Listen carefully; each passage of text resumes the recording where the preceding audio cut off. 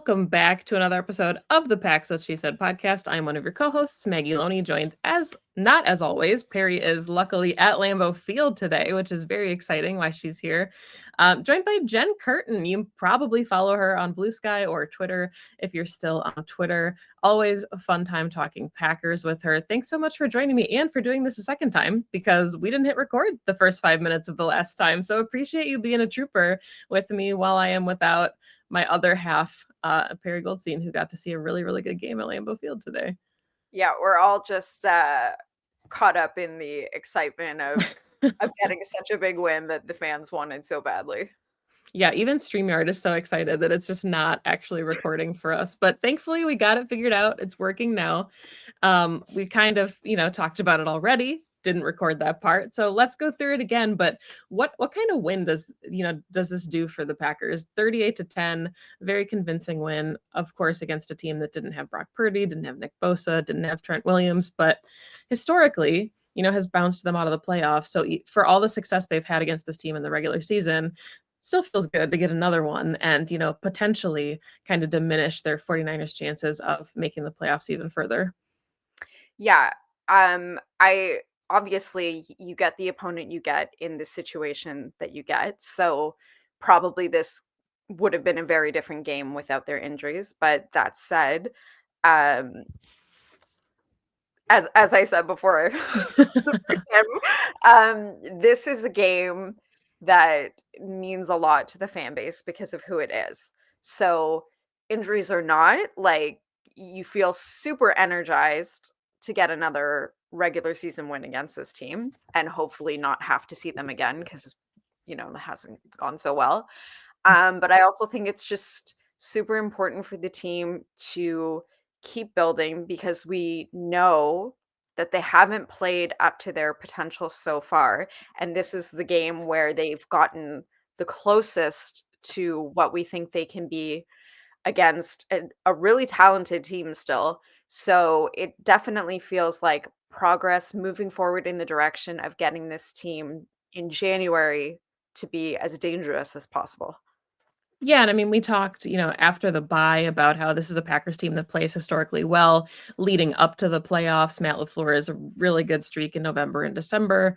His teams have a beyond winning record, after the bye and making that postseason push. And then we saw them come out in Soldier Field and kind of felt like they stole one. Like it just was not a really good performance from them in any of their phases.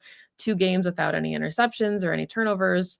And then we see them put up at Lambeau Field the most points in a game this season, 5 touchdowns, red zone efficiency. They were 5 for 5. They're back forcing turnovers after a 2-game streak. McManus hit a 51-yarder. So just kind of all the things that you'd want to see from this team. A really nice bounce back going into a really short week against the talented Dolphins team. Yeah, and it felt like the thing that was on everybody's mind through the bye week was the red zone efficiency and how uncharacteristic it is for what we've seen with prior versions of the team. And also just it seemed like a problem that should be fixable. Yeah. Had this conversation on Blue Sky with Dusty Evely. Like, if you were going to look at the 2 things on this team you most want them to fix, on offense, it's the red zone efficiency. On defense, it's the pass rush. But the pass rush is probably the harder of the 2 to change in season. So the best path forward for this team is returning to a more efficient red zone offense because they've been putting up a lot of offense all year. It's just, kind of stuttering at the end. And if they can do that, that will carry them a long way, especially knowing there's teams, the Lions come to mind. You don't beat them unless you can win shootouts because no defense can truly stop them. So if you can get an offense scoring 30 weekly, that will take you a long way. And so it was really good to see kind of returning to that like muscle memory of efficiency and getting a lot of different guys involved. Yeah, and I mean, we saw, as silly as it sounds to say the Packers left points out there, we saw the Christian Watson drop that felt like it would have been a sure touchdown. just, poor Romeo Dobbs getting hurt. He's probably not back on a short week with a concussion on Thanksgiving, but it was nice to see Jordan Love play a turnover-free game, surprisingly his first of the season. Like, it feels weird to say that, but I put this out on Blue Sky, and I don't think everybody fully agreed with me, but it feels like, the further removed we get from injury, he just looks so much more comfortable and confident, and he's more mobile, and he can step into his throws, and he might not be 100% healthy, but if he's at 90 or 95%, it's a hell of a lot better than we've seen from him. And that's going to carry him a long way now, too, to finally, I think, get to play more worry free. And, 3 touchdowns on rushing touchdowns, 2 passing touchdowns, just really balanced execution from Matt LaFleur, too, which was nice to see. Yeah, one of the things I almost posted on Blue Sky this morning, which I wish I had because then I would look smarter now, is one of the things I was looking for today was to see if they could get Tucker Craft involved again. Because Mhm, from mid-September to mid-October, that was a huge benefit to the team. And the last couple games have been a little bit more quiet. So, not that he hasn't been useful, just mhm, not catching passes like he had been earlier. So, that touchdown was very welcome to see, and I just think it just felt like a lot of, like, little things that were going wrong in the past. Everything was just like a check mark on offense today, and so that's really important. And even if the Niners are an injured team, like, you just need to sort of build that confidence, build that repetition, and then you can carry it forward with you. And the next game is gonna be a tough one, so they're definitely gonna need it. Yeah, and I think we've seen, in previous iterations of previous Packers teams where the Packers have underperformed. They kind of played down to the level of opponent that they were playing. Yes. And on the flip side of that is they play up really nicely to some of their opponents as well. So they won games arguably that they shouldn't have won last season, but they lost games that they should have won. So I think seeing them come into this game and just dominate in all 3 phases. And I'm curious your thoughts on this because I was watching with some friends and they tend to be, worriers. So when it was like 17-7, they're like, "Oh, they're gonna blow it." And you're on Blue Sky, right? You're on Twitter. Yeah. Like, that this is the fan base and it's the fear because we've seen it happen. But this was a game that I agree could have gone that way. But it was nice to see the Packers never take their foot off the gas because sometimes they get comfortable and they let teams back into games. And it to me from the beginning, I was like, okay, they're not going to shut out the Niners. They've got Kittle, they've got McCaffrey, but to see them respond the way they did and just go on a tear and end up 38-10, it never felt like the game was out of hand for me. Yeah, definitely there was panic in the 3rd quarter online. Um, both how it's gone in general in the past sometimes and against this team in particular. Um, but it was pretty short-lived, like, they, Mhm. less than a quarter, and then they started rolling again, and I think that's the difference between being a good team and a great team, because there's very few teams that are just lights out from start to finish, don't stumble at all or hit roadblocks along the way. It's, "Okay, this isn't working. What are we gonna do about it?" Keeping the confidence, keeping the effort high, and they did that, and the defense started picking up when the offense was dropping, and then the offense came back. So, definitely complimentary football and just a team that seemed to believe and wasn't gonna stop trying. I wish I had the stats in front of me. Perry talked about it a little bit in our preview show, but it's like a night and day difference for this Packers defense when the opposing team is scoring off of a turnover. So, like, if the offense gives up the ball, the defense almost always gives up 3 or 7. But if it comes to the other offense just marching down the field, the defense historically is making stops. And I think we saw some of that today. It was really hard for the Niners to actually get into rhythm and move the ball. And the Packers defense was kind of able to let loose and force some turnovers. And sometimes the ball bounces the wrong way. And we've seen it happen to Jordan Love this season. I don't think that interception was on Allen at all. Bounced off Debo's hands, but Xavier McKinney made a really nice play, and Quay Walker could have had another one. Like, those are just opportunities, and the Packers defense, we've seen them not capitalize. So it was nice to see them, be on the other side of that and just kind of really command the game in all three phases because again, we failed to see that for a lot of the season. Yeah, and especially I think there were a number of players who been much maligned on social media as of late. Quay had some good moments in this Mhm. game. LVN, Keyshawn Nixon. So, with I mean, as injured as the Niners were, there were injuries for the Packers as well. And to see, um, everybody step up, I think that was really positive.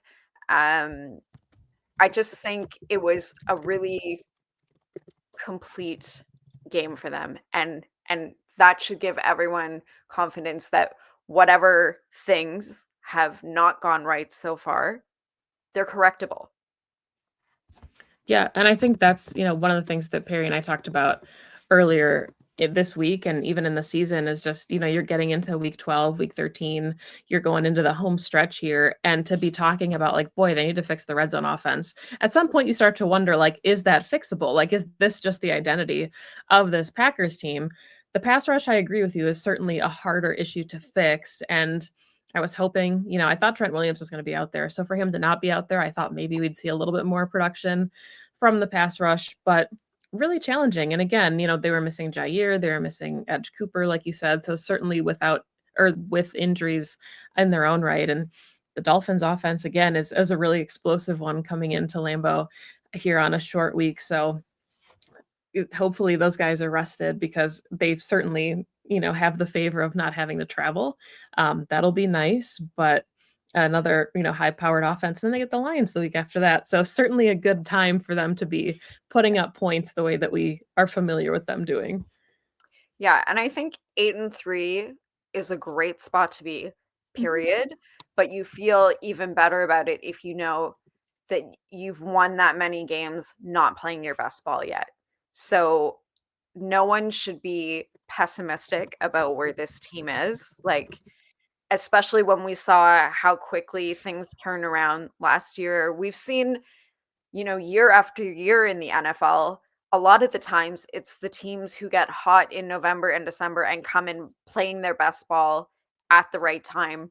So to do it with a good record, obviously you would like to have a shot at winning the division, but I Mhm. think more important is they're on track to be in the playoffs and they're getting better every week. So I'm really excited to see what this team can do. Yeah, and I think and, the other upside to that is that they're getting healthy, and of course, we just said they probably lost Romeo Dobbs on a short week, but Jair, it sounds like that he's not a candidate for IR at this point, so they have to think he's coming back soon-ish.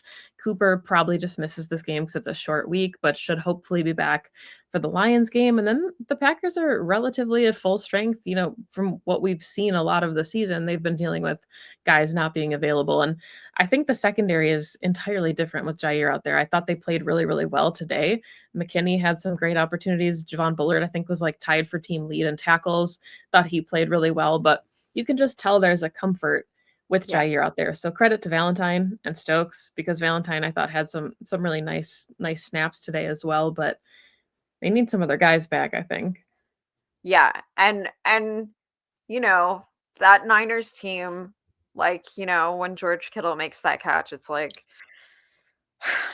for all the injuries, there's still a lot of talent on that side, Mhm. and it was a really great effort to in those moments where you have those players making plays, not let it get away from you, just keep coming back and making those plays, and so I feel really great about where this team is right now.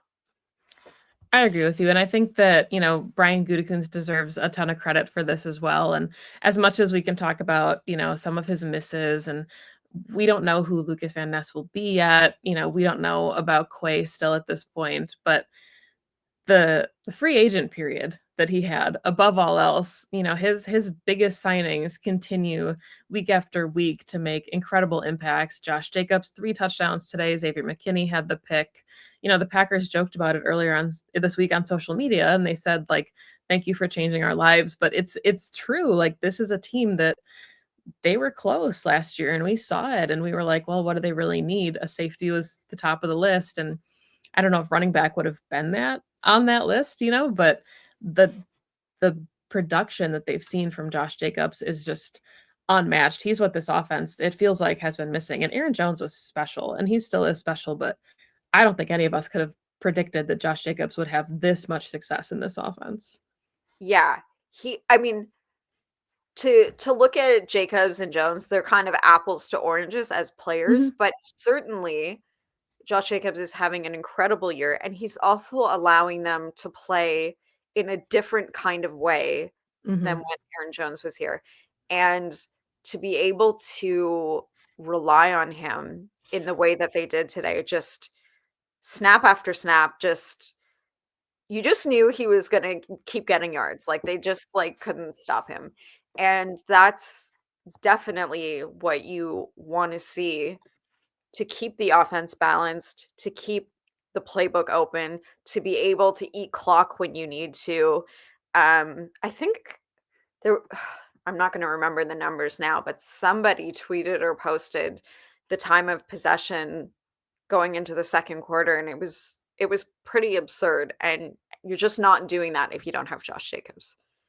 Yeah, it ended up being 36 to 23 Packers, but it certainly felt like more than that. I think the first quarter it was like 12 minutes to 3 minutes or something. Like the Packers were sustaining, quite a few drives and Tim Backus shared the stat on Blue Sky. I know it's circulating everywhere, but this was the first 100 plus yard rusher allowed in the last 55 games for the 49ers.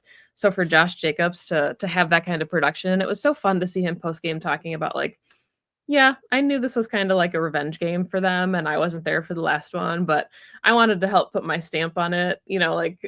He seems like such a locker room guy and just a ton of fun to have on the team. Yeah, and that stat was especially sweet to those of us who lived through the 2019 season and the way that playoff game was won to be able to run on them like that. It doesn't make up for what happened, but it's a Right. little bit. We'll take it. We'll take it. Well, and somebody was in my mentions this morning saying like, well, it doesn't matter if they're without X, Y, and Z because Christian McCaffrey's still going to run for 150.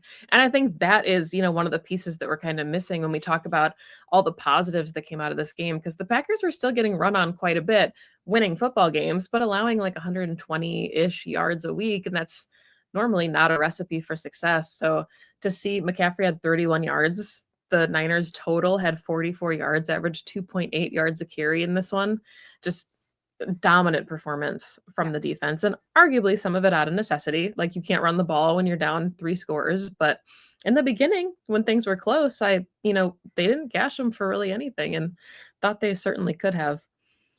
Yeah, and something that's been talked about in recent years is the Lambeau Field home advantage in the cold still there? And Mhm. I would very much like this to be the beginning of saying, absolutely it is. And, you know, again, we can't know what this game would have been like if they had some of their other players, but great teams beat troubled teams and they beat them by a lot and they did that. So, especially after the Bears game where you kind of felt like, "Ooh, like that shouldn't have been that close." Like this is what you're supposed to do.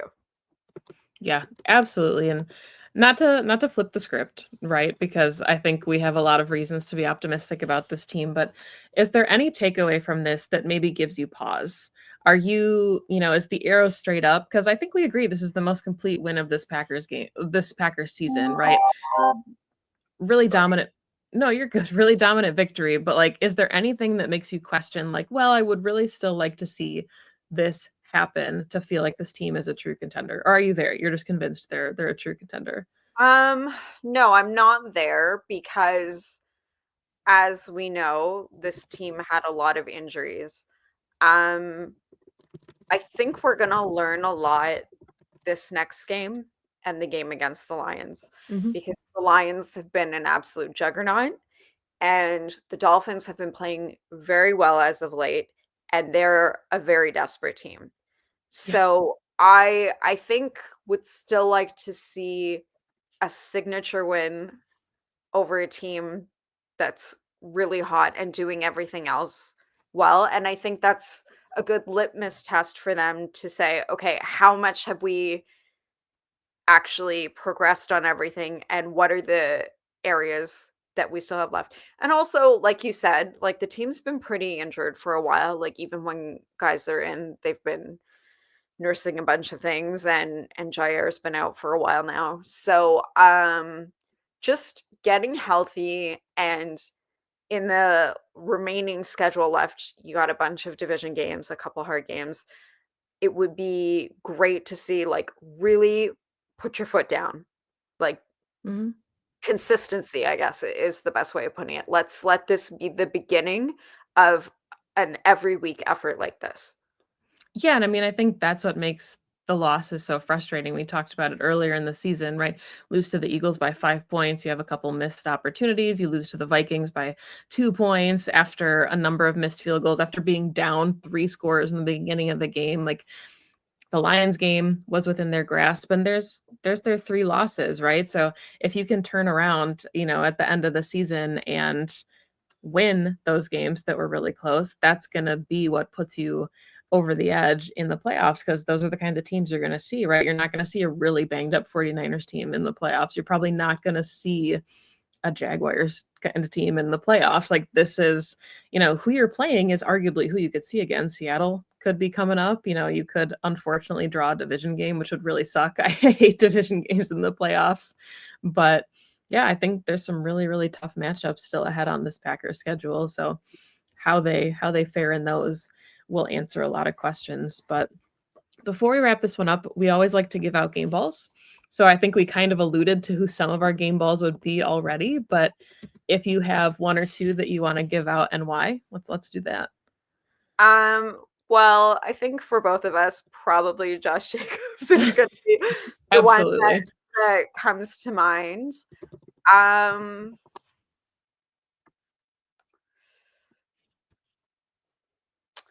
you know, I th I think I'm gonna go ahead and say Jordan Love because we've seen the ups and downs along, and there were a couple moments in this game where uh throws were made that at first you're like, oh, but I think he's stayed steady and his confidence is unwavering, and this was definitely a step closer to what we saw of him at the second half of last season. It felt like all year he's kind of been stuck in between the first half of last season and the second half of last season and Yep. the up and down roller coaster, and it felt like this was a step in the right direction. I'm sure his health was better coming into this. He's feeling better, so um but that's the most important thing because this team can go as far as he takes them. And seeing a version of him that resembles closer what our expectations for this season were, I think it is really helpful. Even if it's not all the way there yet, I Mhm. think this was good progress. Yeah, and I mean, I think I agree with you. I would have given him one if you didn't, so I really like that pick, but really in like kinda quiet stat line for him, which seems silly. He had, like sub 200 yards, but a really clean game and, just not needing to be the guy because Josh Jacobs was the guy in this one. So really complimentary football on in all the phases of offense, like being able to pick up slack when the run game wasn't as productive, but that wasn't really a huge issue in this one because it was so productive. Um, Xavier McKinney, I think, has to get one, but if I this might be controversial, I think I would give my other one to Quay Walker. I know he had the drop. It's not controversial to me. Okay. I know, you wanna see him grab that pick, but we've always kinda questioned his hands, right? He's had moments like that before, and a PBU on the stat sheet is almost as good as a turnover. It's still a deflection, and he led the team in tackles, had 2 tackles for loss, got to see him in the backfield a bit, and we knew he was gonna need to have a big game because Cooper was gonna be out, and, I know that the inside linebackers have struggled quite a bit, especially in Cooper's absence. So to have him kinda step up in big moments and not get gashed for these, huge Christian McCaffrey runs, I think said a lot about where he's at. Yeah, absolutely, because I think if you took a poll on social media this week, probably the biggest concern fans would have had is how much they would have to rely on him with Edgerrin Mhm. Cooper not playing, and he's received his share of criticism, but he made plays that mattered in this game, so you have to commend him doing his job at a moment when the team needed it. Yeah, absolutely. Um, any final thoughts before we wrap this one up? Um, it's a short week, so we're on to Miami, and this is a really great win. That's a really hungry, talented team coming in, and with not a lot of time to prepare, with Dobbs isn't gonna play, most likely. Probably not Jair, maybe not Edgerrin Cooper, so you're gonna need a really big effort again on a short week, so I'm really hoping that this is the beginning of that consistency and showing other good teams that they mean business. Yeah, we kinda alluded to it after the Bears game, but I had put on Blue Sky, like, this can be momentum if you let it. Yeah. And, they could have either hung their heads and said, "Oh, man, we played down to another opponent, like, we are just gonna get run over," or you can say, "Hey, we stole this one and let's build on it," and they came out firing in all cylinders in this one and put up their best game of the season, 38-10 against a team that has had their number. So it felt really nice to give them some back. But thank you, thank you, thank you so much for joining me. This was a ton of fun. Please tell the people where they can find you on Blue Sky X, everywhere else. Tell them about your cute dog if you want. Yeah, so I'm mostly on Blue Sky now. My handle is at JENKTN. I still have a Twitter. I occasionally use it. And if you want to follow my dog, he has an Instagram, which is Lambeau the Derp King. And he is a model, an actual model that is in stores across Canada, So which is very he's cool. in a campaign. It's like kind of like our version of Target. So it's like pretty like surreal to like go in the store and there's like a giant poster of him, but yeah, it's fun. Do you get to keep one? Like, will they send you one when they're done with I it? don't know, but a friend gave me the tip that I should just go on like December 26th because it's a holiday. I'd just be like, hey, that's my dog. Can I have I so think you should. probably gonna do that. Yeah. Yeah, Packers Pro Shop, if you need a dog model for any of your Packers You know gear. what? I have been trying to get that Packers Everywhere account to feature him because they feature dogs all the time, but he hasn't been so lucky. He has been on like the Jumbotron at Lambeau Field a number of times. But He's a celeb. Make sure you follow both Lambo and Jen. Jen, thank you so, so much. This was a ton of fun.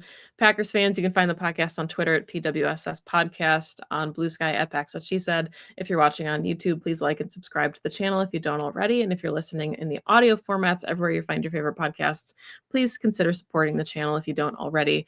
And we'll be back really short week. So new episode probably coming Wednesday because the Packers play again on Thursday. And hopefully it's and then you another get to fun hear from win. Perri all her victory stories.